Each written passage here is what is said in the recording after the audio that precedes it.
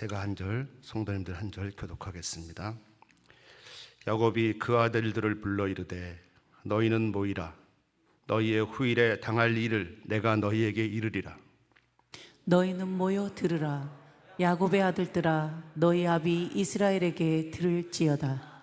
르우벤아, 너는 내 장자요 나의 능력이요 나의 기력의 시작이라. 위강이 초등하고 권능이 탁월하도다마는 물의 끓음 같았은즉 너는 탁월치 못하리니 내가 아비의 침상에 올라 더럽혔음이로다. 그가 내 침상에 올랐었도다. 시므온과 레이는 형제요 그들의 칼은 잔해하는 기계로다. 내 호나 그들의 모의에 상관하지 말지어다. 내 영광아 그들의 집회에 참여하지 말지어다. 그들이 그 분노대로 사람을 죽이고 그 혈기대로 소의 발목 힘줄을 끊었음이로다. 그 노염이 혹독하니 저주를 받을 것이요 분기가 맹렬하니 저주를 받을 것이라. 내가 그들을 야곱 중에서 나누며 이스라엘 중에서 흩트리로다. 유다야, 너는 내 형제의 찬송이 될지라. 내 손이 내 원수의 목을 잡을 것이요 내 아비의 아들들이 내 앞에 절하리로다. 유다는 사자 새끼로다. 내 아들들아, 너는 움킨 것을 찢고 올라갔도다. 그의 엎드리고 웅크림이 숫사자 같고 암사자 같으니 누가 그를 범할 수 있으랴. 홀이 유다를 떠나지 아니하며 치리자의 지팡이가 그 발 사이에서 떠나지 아니하시기를 실로가 오시기까지 미치리니 그에게 모든 백성이 복종하리로다. 그의 나귀를 포도나무에 매며 그 암나귀 새끼를 아름다운 포도나무에 맬 것이며 또 그 옷을 포도주에 빨며 그 복장을 포도즙에 빨리로다. 그 눈은 포도주로 인하여 붉겠고 그 이는 우유로 인하여 희리로다. 22절입니다. 요셉은 무성한 가지 곧 샘 곁에 무성한 가지라. 그 가지가 담을 넘었도다. 활 쏘는 자가 그를 학대하며 그를 쏘며 그를 군박하였으나 요셉의 활이 도리어 건강하며 그의 팔이 힘이 있으니 야곱의 전능의 손을 힘입음이라. 그로부터 이스라엘의 반석인 목자가 나도다. 예수께서 비유로 여러 가지를 저희에게 말씀하여 가라사대 씨를 뿌리는 자가 뿌리러 나가서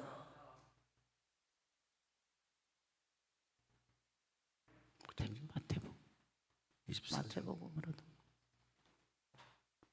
14장.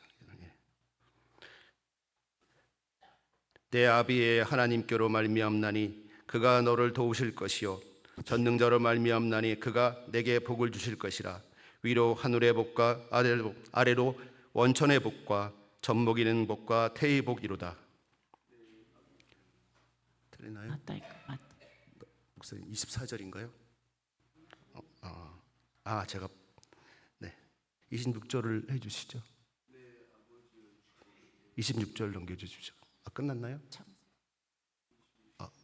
없나요? 죄송합니다. 제가 여기까지. 제가 말씀 더 준비한 파워포인트를 제가 더 안 들렸네요. 제가 봉독해드리겠습니다. 26절. 내 아비의 축복이 내 부여조의 축복보다 나아서 영원한 산이 한없음 같이 이 축복이 요셉의 머리로 돌아오며 그 형제 중 뛰어난 자의 정수리로 돌아오리로다.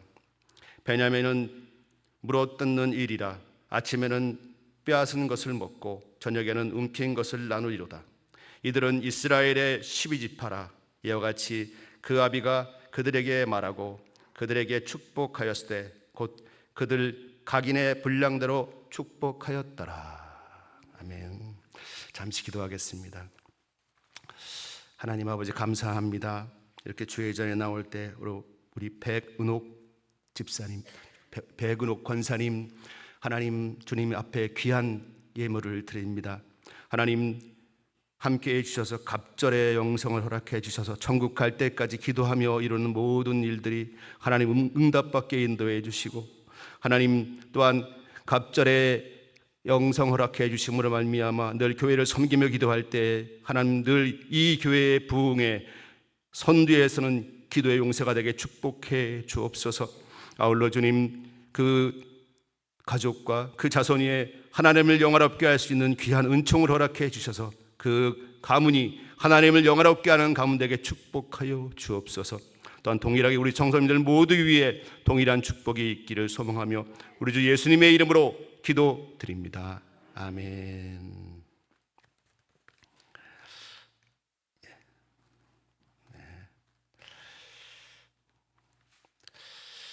오늘 말씀의 주제는 공평한 은혜, 그러나 다른 열매입니다.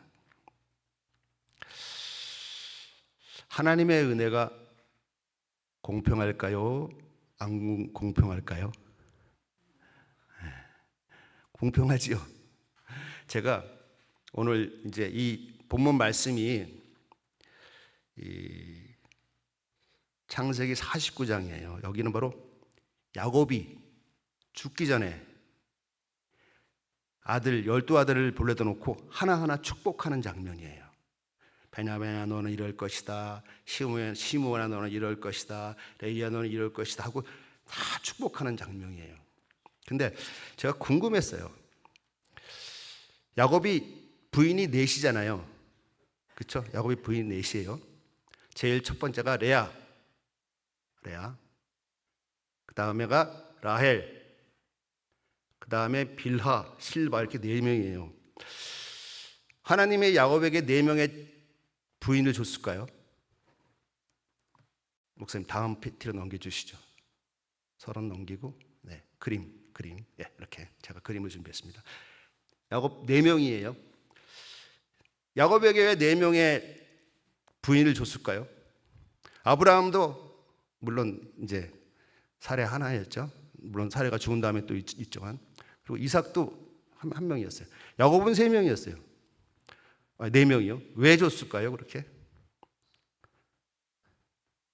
네. 자녀가 많으라고. 네. 무려 12명. 근데 사례도 이삭을 늦게 낳았잖아요. 겨우 낳았잖아요. 그리고 똑같이 리브가도 마찬가지예요. 손이 귀했어요. 하지만 야곱 때는 뭐라고 그럴까요? 빡! 터져가지고 12명.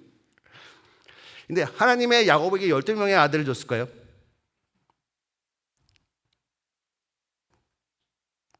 예, 왜냐면 야곱의 12명의 아들이 나중엔 12지파가 돼요. 12지파.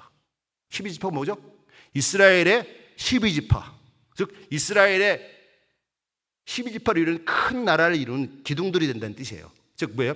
이스라엘을 이루기 위해서 야곱에게 12아들을 주신 거예요. 이해하시겠어요? 예. 그래서 제가 말씀드렸죠. 이스라엘 민족의 시조는 누구다? 야곱이다. 그래서 그렇게 하는 거예요. 야곱이다. 즉 야곱이 나중에 이스라엘이 이름을 바뀌잖아요. 그리고 그 이스라엘이 지금의 이스라엘이죠. 그래서 12명을 준 게 바로 12지파, 큰 나라를 이루게 하기 위해서 12명을 준 거예요. 근데 주중에는 이제 본처가 있고 첩이 있어요. 그렇죠? 왼쪽에 있는 실바랑 빌하는 첩이에요. 첩. 그것도 또 빌하는 라헬의 몸종이었어요. 실바는 레아의 몸종이었어요. 그러니까 몸종인 거예요. 원래 라헬은 아기를 못 낳았어요. 레아가 아기를 잘 낳았어요. 그래서 르벤, 시므온, 레위, 유다 이렇게 딱 낳았어요. 4명을 딱 낳았는데 그동안 라헬은 아들을 못 낳는 거예요. 그래가지고 라헬이 어떻게 했죠? 자기 몸종인 실바를 야곱에게 줘서 아들을 낳게 했어요. 그게 바로 누구냐면 저기 단과 납달리. 처로부터 그 첩으로부터 난 거고, 그걸 본 레아가 또 시기해가지고 자기의 몸종을 또 야곱에게 줬어요. 그래서 나온 아들이 갓과 아셀이에요. 그렇게 되는 거예요. 그리고 나서 레아가 합한 채 해서 막 싸우다가 또 레아가 아들을 둘을 낳아요. 그 나온 게 이제 있죠? 이사갈 스불론이에요. 그랬더니 이제 막판에 하나님께서 라헬에게 은혜를 줘서 드디어 라헬도 아들 둘을 낳게 돼요. 그게 바로 요셉이에요. 요셉. 그리고 베냐민이에요. 그래서 12명. 무슨 그러니까 4, 2, 2, 2, 2 이렇게 돼요. 4, 2, 2, 2. 4는 레아, 그다음 그 반대 2는 실바, 비라, 그 다음에 2는 실바, 그 다음에 2는 레아, 그 다음엔 라헬. 이렇게 해서 12명의 아들을 낳게 돼요. 그래서 제가 궁금했어요. 저쪽에 있는 단과 납달리, 갓과 아셀은 첩의 아들들이잖아요. 그래서 야, 이 첩의 아들들이 하나님께서 혹시나 본처의 아들들은 더 축복하시고 첩의 아들들은 덜 축복했나 하고 역사를 쭉 봤어요. 어땠을까요? 공평했습니다. 공평. 하나님의 은혜는 공평했어요. 하나님의 은혜는 공평한데, 근데 오늘 우리 49장의 야곱의 예언을 보니까, 야곱의 즉 유언을 보니까 달라요. 즉 하나님의 은혜는 공평한데 그 공평한 은혜 안에서 르우벤의 결과, 즉 르우벤 지파, 그 르우벤과 그 자손의 결과, 그 다음에 시므온과 그 자손의 결과, 레위와 그 자손의 결과, 유다와 그 자손의 결과가, 그 다음에 요셉과 그 자손의 결과가 달라요. 이해하시겠죠? 그 중에 제일 축복받은 게 누구죠? 12명 중에서 12명, 12지파 중에 제일 축복받은 지파가 어느 지파일까요? 유다. 왕이 나왔잖아요. 왕이 나오고 또 거기서 우리 예수 그리스도가 나왔잖아요. 그래서 제일 축복받은 지파가 유다라고 볼 수 있어요. 그 다음은요? 요셉. 그렇죠. 요셉 축복받았어요. 그렇게 보면 똑같은 12아들인데 그 똑같은 공평한 은혜가 임했는데 다른 열매가 맺어지는 거예요. 그렇잖아요. 우리 김천은혜교회가 있잖아요. 여기에 하나님의 은혜가 똑같이 임하잖아요. 근데 어느 분은 영적인 축복과 함께 세상의 축복도 다 받고 다 잘 되는데 어느 분은 그렇지 않아요. 그렇죠? 우리 세상살이가 그렇잖아요. 똑같이 다 복받는 게, 똑같이 열매를 맺는 게 아니잖아요. 물론 그 열매는 세상적인 열매도 있고 영적인 열매도 있고 하나님이 주신 복이죠. 하나님이 주신 복으로 따지면 달라요. 왜 다를까요? 오늘 주제입니다. 설교의 주제. 굉장히 중요한데 왜 다를까요? 그게 왜 다를까요? 깨달으시기 바랍니다. 그게 왜 다른지. 자, 보겠습니다. 첫 번째, 르우벤을 보겠습니다. 르우벤. 야곱의 12아들 중에 르우벤은 장자예요. 장자. 첫 번째 아들. 가장 먼저 태어난 아들. 그래서 첫 번째 게 뭐죠? 장자권이 있잖아요.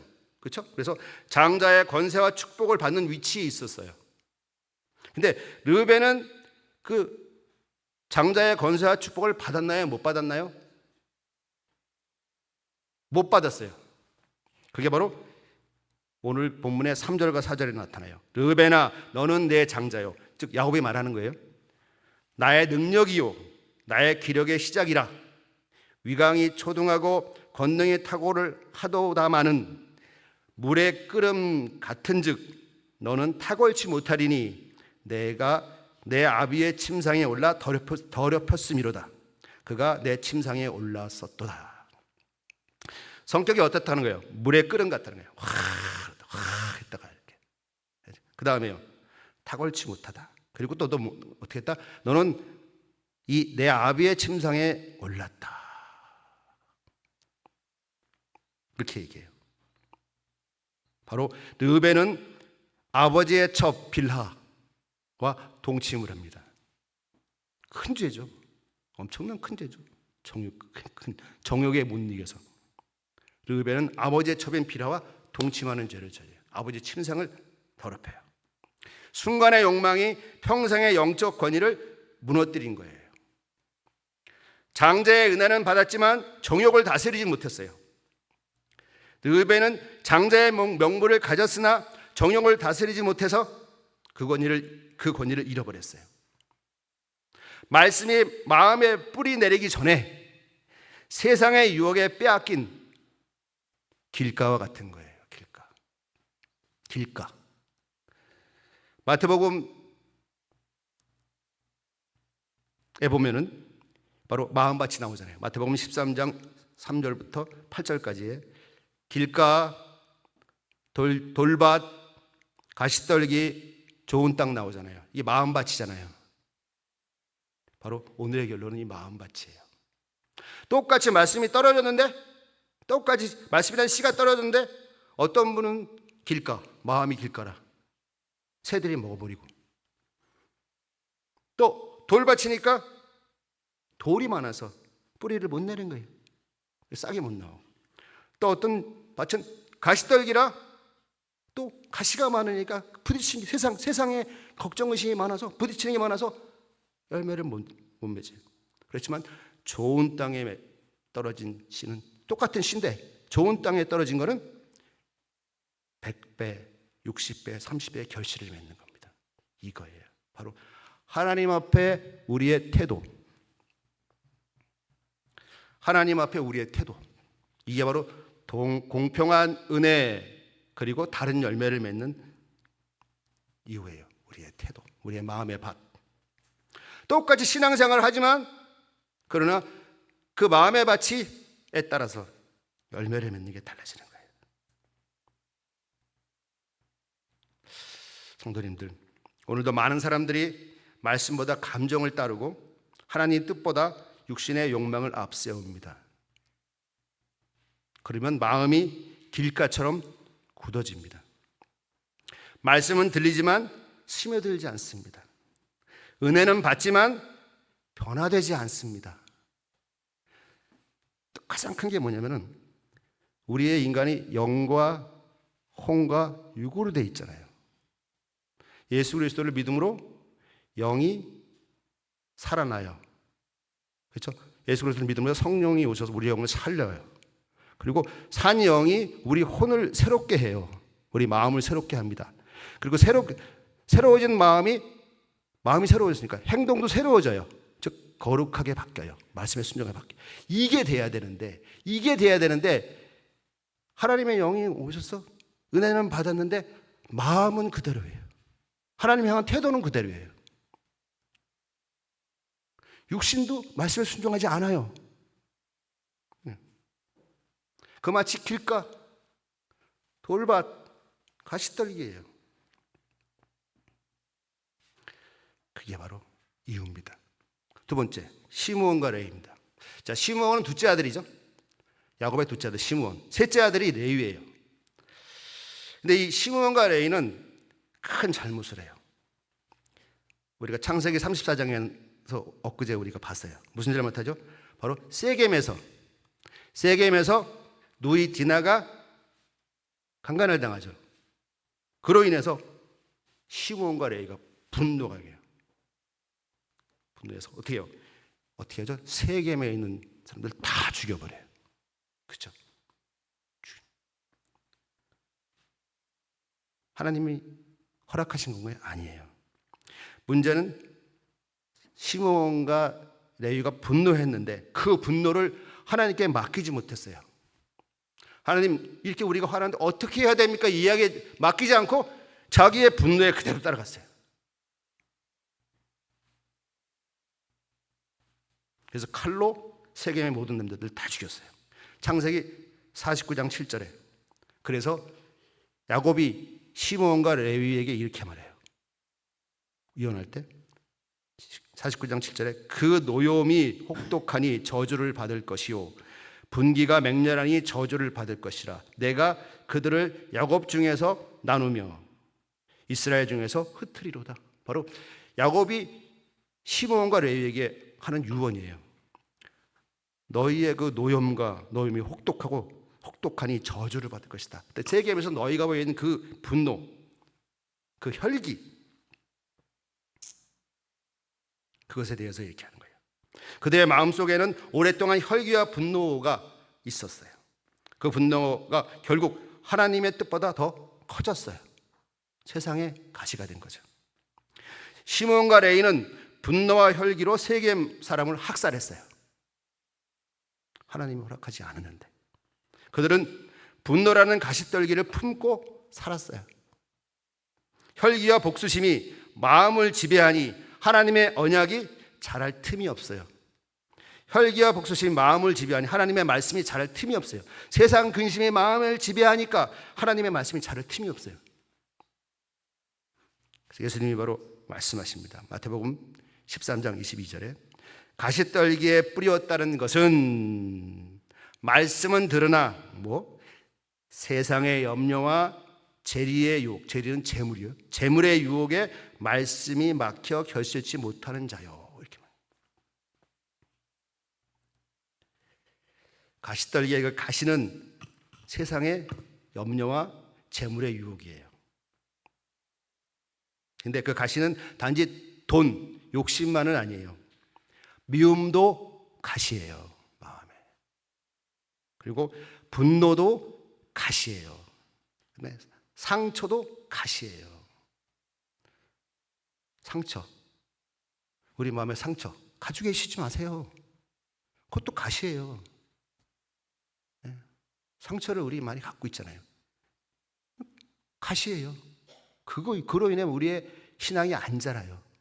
가시예요. 분노도 그렇고 미움도 그렇고 다 가시예요. 용서하지 못하는 마음, 그것도 가시예요. 그로 인해 신앙이 안 자라요. 말씀이 안 커요. 가시는 처음에는 작아 보입니다. 그러나 그대로 두면 말씀보다 더 빨리 자랍니다. 그래서 은혜의 숨을 막아버립니다. 가시가. 사랑하는 성도님들, 혹 아직도 마음속에 누군가를 향한 분노를 붙들고 있지 않으십니까? 상처를 품고 살아가고 있지 않으십니까? 그 가시를 뽑아내지 않으면 말씀의 씨앗이 거기서 자라지 못합니다. 어렵습니다. 바로 시므온과 레위, 가시떨기에 있는 그런 마음밭입니다. 자, 첫째 아들, 둘째 아들, 셋째까지 이제 이래요, 레아는. 그 다음 넷째 아들, 유다. 자, 유다는 처음에는 신통치 않았어요. 유다는 회개와 희생으로 거듭나서 옥토가 된 사람이에요. 유다가 허물이 많은 사람이에요. 보면은 창세기 37장 27절에 보면은 요셉이 형님들을 찾아갔다가 그 동이에 떨어지잖아요. 그리고 나중에 죽이자 하고 뭐 하자 그러다가 결국은 이때 유다가 뭐라 그러냐면 요셉을 죽이려는 형제들 사이에서 유다가 그래 죽이지 말고 팔자. 유다 그래요. 야, 요셉을 팔자. 그렇게 얘기했던 게 바로 유다예요. 자기 동생을 11번째 동생을 팔자고 얘기했던 게 유다예요. 물론 잘 보면은 형제들이 죽이자 하는 것보다는 그걸 모면하기 위해서 팔자 그랬을 수 있어요. 그러나 어쨌든 형제들을 설득해서 동생 11번째 동생인데 어떻게 팔아요? 말이 안 되지. 이 팔자고 했던 게 유다예요. 또 하나, 그 다음 장에 창세기 38장에 뭐가 나오죠? 다말 사건, 즉 며느리 다말의 얘기 나오잖아요. 바로 이 사건을 통해서 또 유다의 처음 성품이 나와요. 다말이 며느리였잖아요. 뭘 잘못했나요? 먼저 책임을 회피해요. 다말이 첫 번째 며느리잖아요. 근데 첫 번째 아들이 죽어요. 그러면 이스라엘 그쪽 지방의 그 풍습 중엔 계대 결혼. 그래서 첫째 아들이 죽으면 둘째 아들을 며느리에게 줘요. 그래서 대를 잇게 합니다. 둘째 아들이면 셋째 아들을 줘요. 그 형편이 했던 게 바로 다말이었어요. 첫째 아들 주고 둘째 아들 죽어요. 그리고 셋째 아들을 준다고 약속해요. 근데 이 유다의 마음엔 두려움이 있는 거예요. 왜? 셋째 아들까지 죽으면 어떻게 하지? 두려움. 그래서 그 약속을 지키지 않았어요. 그래서 다말을 외면하고 방치합니다. 잘못한 거고요. 두 번째, 욕망과 위선이에요. 뭐냐면 바로 그런 다말이 유다에게 다가가죠. 그래서 변장을 하고 그래서 잠자리를 같이 합니다. 유다는 순간의 정욕, 즉 순간의 정욕을 따라 모르고, 며느리인지 모르죠. 모르고 다말과 동침하게 돼요. 그 죄를 범하게 되죠. 순간의 정욕을. 그리고 나중에 다말이 임신했다는 소식을 듣자 어떻게 해요? 자기 죄는 보지 못한 채 다말을 정죄합니다. 그렇죠? 그랬더니 다말이 유다가 갖고 있는 자기에게 줬던 것 다 보여줘요. 그랬더니 자기가 잘못한 걸 인정하죠. 그러면서 그래요. 그는 나보다 낫하다. 그는 나보다 옳도다 하고 이야기합니다. 그게 38장 16절. 유다가 그것들을 알아보고 가로되 그는 나보다 옳도다. 내가 그를 내 아들 셀라에게 주지 아니하였음이 이로다 하고 다시는 그를 가까이 하지 아니하였더라. 이렇게 고백합니다. 그래서 이 유다는 처음에는 신통치 않았어요. 그러나 거기에 머무르지 않고 자기가 죄를 인정하고 회개하는 사람이 바로 유다였어요. 유다는 완벽한 사람이 아니었어요. 하지만 회개하고 변화되는 사람이었어요. 그래서 회개하고 유다는 변화됐어요. 그 변화된 게 어디서 알 수 있냐면 창세기 44장 보면 이런 얘기가 나와요. 44장에 뒤에 보면 베냐민이 잡혀요. 요셉이 총리로 이렇게 있는데 형들이 식량을 구하러 오잖아요. 그 형들을 자기의 신부를 노출하지 않고 나중에 베냐민의 짐에 돈을 넣고 베냐민을 잡으려고 해요. 그리고 베냐민을 종으로 쓰려고 해요. 그때 유다가 베냐민이 아니라 자신이 종이 되겠다고. 왜 그러냐면은 요셉도 야곱이 가장 사랑하는 요셉도 유다가 보기엔 죽었죠. 그 다음에 둘째인 베냐민도 또 종이 되면은 야곱이 너무 실망하는 그런 마음들. 그러면서 자기가 베냐민 대신에 내가 종이 되겠다고 간청하는 장면이 나옵니다. 베냐민 대신에 내가 당신의 종이 되겠다고 그렇게 대신하는 그러한 장면이 나와요. 그게 바로 창세기 44장 33절. 청컨대 주의 종으로 그 아이를 대신하여 머물러 있게 하시고 그 아이는 그의 형제들과 함께 올려 보내소서. 베냐민 대신에 내가 종이 되겠다 하고 이렇게 얘기합니다. 전에는 동생 요셉을 팔아버리자 하던 그런 유다가 이제는 바로 동생 베냐민을 살리기 위해서 자신을 희생하는 사람으로 변화된 겁니다. 이렇게 유다는 처음엔 신통치 않았지만 회개해서 변화된 사람이 바로 유다예요. 우리가 이런 유다가 돼야 돼요. 태어날 때 신통치 않았지만 그러나 우리의 잘못을 주님 앞에 회개하고 이렇게 변화된 사람, 그럴 때 그 유다에게 가장 큰 축복이 가는 겁니다. 가장 큰 축복이. 이게 바로 옥토입니다. 자기 중심의 딱딱한 땅이 회개와 사랑으로 부드러워지는 것입니다.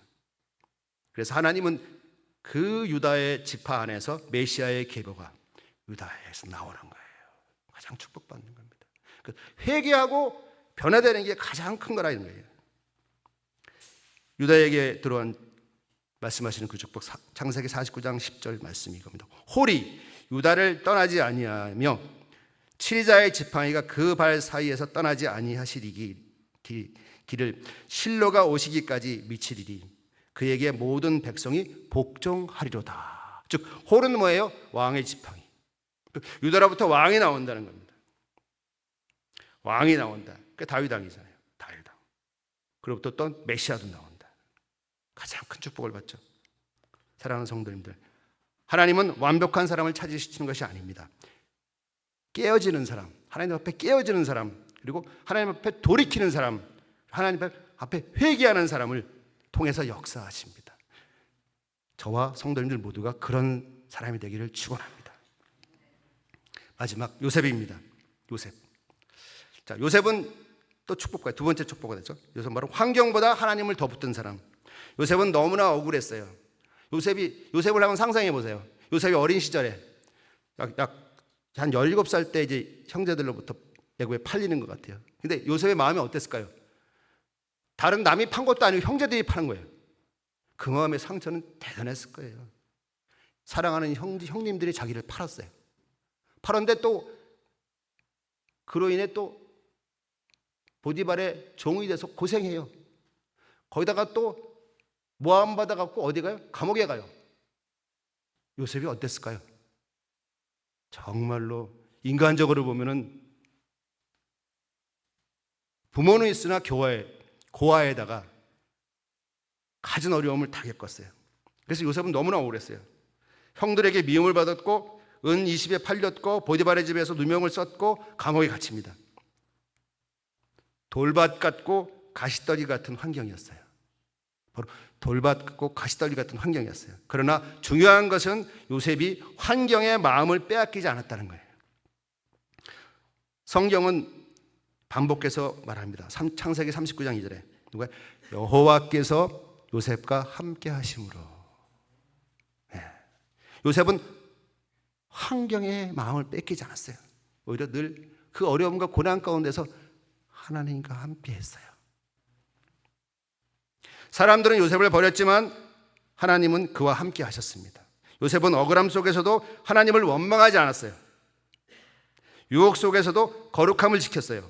외로움 속에서도 믿음을 지켰어요. 그래서 요셉은 오늘 본문에서 야곱이 바로 오늘 본문에서 야곱이 요셉을 축복하는 걸 봅니다.